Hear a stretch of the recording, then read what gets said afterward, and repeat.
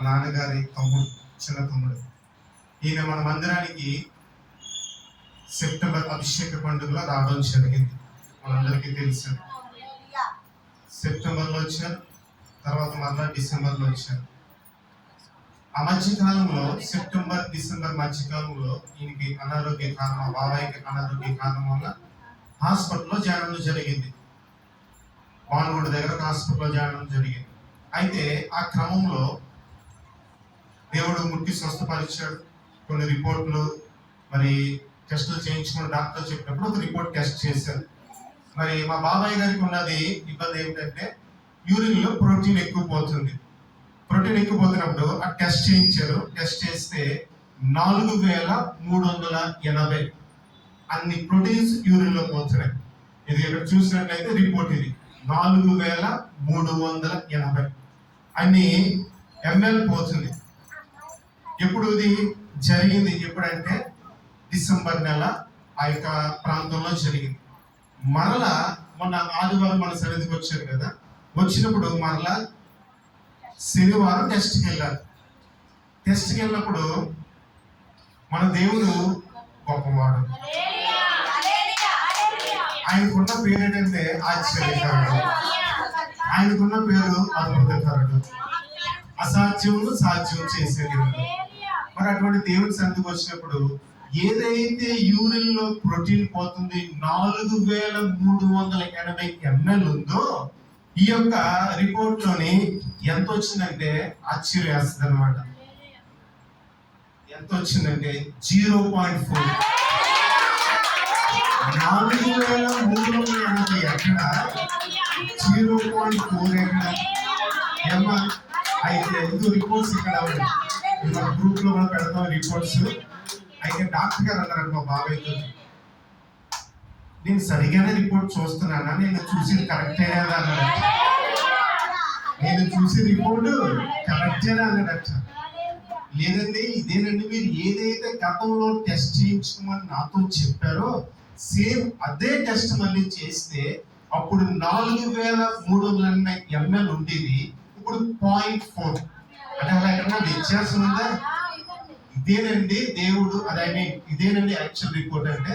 ఆయన అన్నారట, మళ్ళా వచ్చే మంత్ కూడా చేయించండి, ఇదే రిపోర్టు మరి దేవుడు ఇస్తాడని నేను చెప్పాను. దేవుడు అటు రీతిగా మా బాబాయ్ గారి స్మృతి స్వస్థపరిచాడు. మరి ఇంకొక గొప్ప విషయం ఏంటంటే ఆశ్చర్యకరం, దేవుడు మనం అందరం మాట్లాడతారు. నేను మా పిన్నికి మా బాబాయ్ గారు చెప్పాను, ఏం చెప్పినా ముక్కు సూటిగా చెప్తాం. ఎదటోకి నచ్చిందా నచ్చలేదా, వస్తాడా రాలేదు సెకండరీ. ముక్కు సూటిగా చెప్తాం, నచ్చితే వస్తారు లేదా రారు. ఏదైనా సరే వాక్యం ఉన్నదన్నట్టు బోధిస్తాం. ఇక్కడ మీ మనసుకు నొప్పించినా సరే. మా బాబాయ్ గారు ఇక్కడికి వచ్చారు, సెప్టెంబర్లో వచ్చారు, డిసెంబర్లో వచ్చారు. అయితే దేవుడు చేసిన కార్యం బట్టి, దేవుడు చేసిన ఆశ్చర్య కార్యం బట్టి, దేవుడు చేసిన అద్భుత కార్యం బట్టి దేవుడు ఇద్దరు 25వ తారీఖు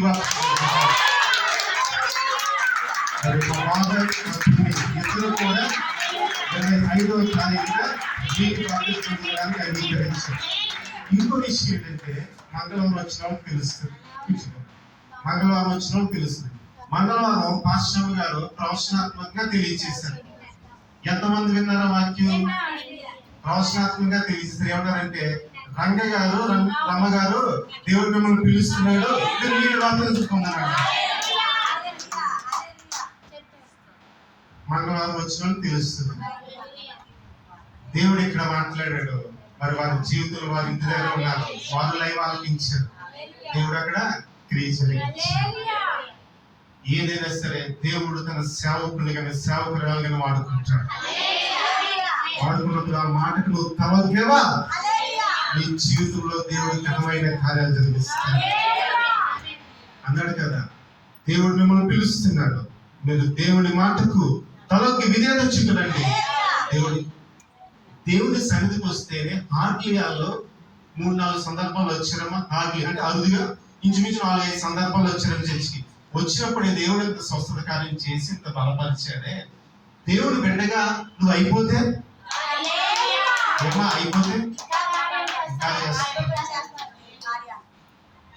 ఇంకొక సాక్షి చెప్తున్నారు. సమయం తక్కువగా ఉంది అయినప్పటికీ చిన్న మాట చెప్పేసి ముగిస్తాను. వాళ్ళు చింతపల్లి అన్యులుగా ఉంటున్నప్పుడు చింతపల్లి లోపల దగ్గర పంతులు గారి దగ్గరికి వెళ్ళేవారు. అయితే ఆ పంతులు గారిలో ఫోన్ చేశారు. ఫోన్ చేసి, అమ్మా జ్యోతమ్మ, పాస్టర్ గారితో మాట్లాడారు. పాస్టర్ గారు నాకు చెప్పారు, జ్యోతమ్మ మంగళవారం మీరు ప్రార్థన చేశారట కదా, స్వస్థత ప్రార్థనలోని నా పేగుళ్ళు ఏదైతే పని వదిలేసినాయి చెప్పారు. ఈ మాట ఎవరు చెప్పారు? ఇక్కడ దేవాది దేవుడు దైవ జెండాలు నిలబెట్టి చెప్పారు. కార్యం ఎక్కడ జరిగింది? చింతపల్లి. జీ మామిడి వెళ్ళి దారిలో ఇక్కడ నుంచి దగ్గరగా 18-20 కిలోమీటర్ల దూరంలో ఉంటుంది చింతపల్లి లోతులే. అక్కడ కార్యం చేశారు. ఆయన నేను ఫోన్ చేసి, నాకు బాగానే ఉందమ్మా చూడమ్మా, మీ దేవునికి వందనాలు. ఇది దేవుడి కార్యం అంటే దేవుడి కార్యాలు ప్రీతిగా చేస్తారు. నమ్మచ్చు.